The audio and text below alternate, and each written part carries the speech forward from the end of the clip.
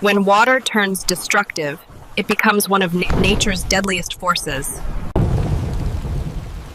Heavy rains, melting glaciers, or cyclones can cause rivers to overflow.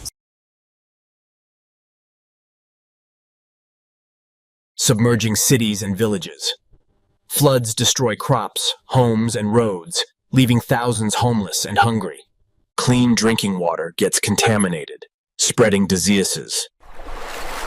Animals lose their habitats. And fertile soil gets washed away.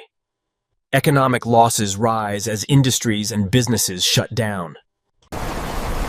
Most painful are the lives lost.